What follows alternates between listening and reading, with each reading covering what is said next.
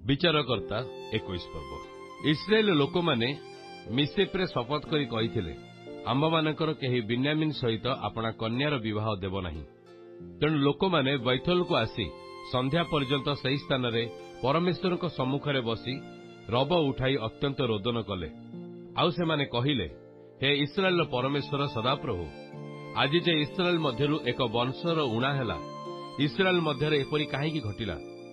तो आर दिन लोक माने अति प्रभात रे उठी एक यज्ञवेदी निर्माण करी होम बलि और मंगलार्थक बलि उत्सर्ग कले। पुणी इस्राएल संतान माने कहिले, समाज सहित सदाप्रभु निकटकू जे न आसिला, इस्राएल समुदाय वंश मध्य एपरि किए अछि।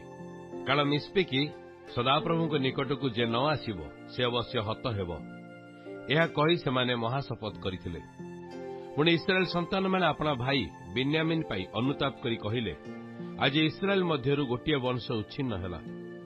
सेमानक मध्यरे जो माने अवशिष्ट अछंती सेमानक विवाह विषय आमे माने कोन करिबा। कारण सेमानक सहित आपणा आपणा कन्यार विवाह देबु नाही बोली सदाप्रभुक नाम रे आमे माने शपथ करिअछु। पुणी सेमाने कहिले, मिस्पेकी सदाप्रभुक निकटकू जे न आसिला, इस्राएल वंश समूह मध्यरे एपरि केउ वंश अछि। तहिरे देख, जाबेस गिलियदरु एई छाउनिस्थ समाज को आसी नथिले। कारण लोक माने गणित हेबा बेले देख सेठारे जाबेस गिलियद निवासी मध्यरु केई नथिले। तो मंडली से स्थान को 12,000 महावीर पुरुष पठाई सेमानक आज्ञा दे कहिले, जाई स्त्री बालक समेत जाबेस गिलियद निवासी मानकु खड़गरे आघात कर। आउरी तुम्हे माने यह करिवो, तुम्हे माने प्रत्येक पुरुष को और पुरुष सहवासिनी प्रत्येक स्त्री की वर्जित रूपे विनाश करिवो। तौ से माने जाबेस गिलियद निवासी मानक मध्यरे पुरुष सहवास रहिता 400 अविवाहिता कन्या पाइले। आउ सेमानकु किणान देशस्थ शिलो छाउणी की आनिले। अनंतर समग्र मंडली रिमोन शैलस्थित बिन्यामिन संतानगण सहित आलाप कले और दूत पठाई सेमानक सहित सेमानक निकटरे संधि प्रचार कले। से समय बिन्यामिनीय लोक माने फेरी आसिले।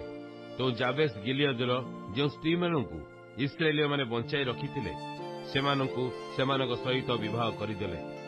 तथापि सेमानक पई कन्या अंटिले नाही। एतु सदाप्रभु इस्राएल वंश समूह मध्यरे छिद्र करिबारु लोक माने बिन्यामिन मानक विषय रे अनुताप कले। तेबे मंडलीर प्राचीन माने कहिले, बिन्यामिन मध्यरु स्त्री माने उच्छिन्न होई अछंती। एणु अवशिष्ट लोक मानक विवाह विषय रे आम्भे माने कोन करिबा। आउरी से माने कहिले, इस्राएल मध्यरु एक वंशर लोप जेपरि न हुए एथिपाई बिन्यामिनर अधिकार सेही अवशिष्ट लोक मानकर हेउ। तथापि आम्भे माने सेमानक सहित आपणा मानक कन्यार विवाह देई न पारु।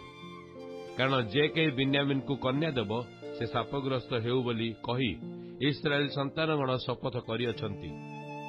आउरी से माने कहिले, देख, बैथलर उत्तर दिगरे बैथल ठू सिक्किम को जीवा सड़कर पूर्व आड़े और लिबानोनर दक्षिण दिगरे स्थित सिलोर रे प्रतिवर्ष सदाप्रभु उद्देश्य एक उत्सव होइथाए।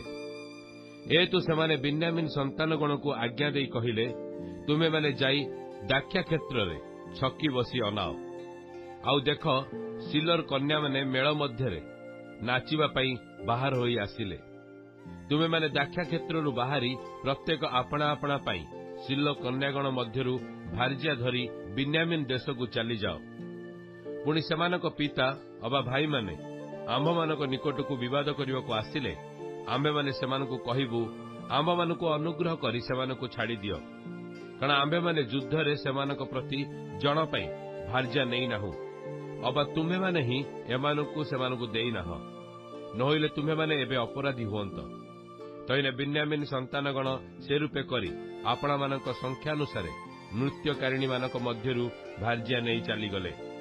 आउ सेमाने आपणा आपणा अधिकार को फेरी जाई नगर निर्माण करी तही मध्यरे बास कले। तो इस्राएल संतानगण सेतबेले सेठारु प्रस्थान करी प्रत्येक आपणा आपणा वंश और गोष्ठी निकट को जाई सेठारु आपणा आपणा अधिकार को गले। से समय रे इस्राएल मध्यरे कोनोसी राजा नथिला। जहा दृष्टि रे जहा भल से ताहा कला।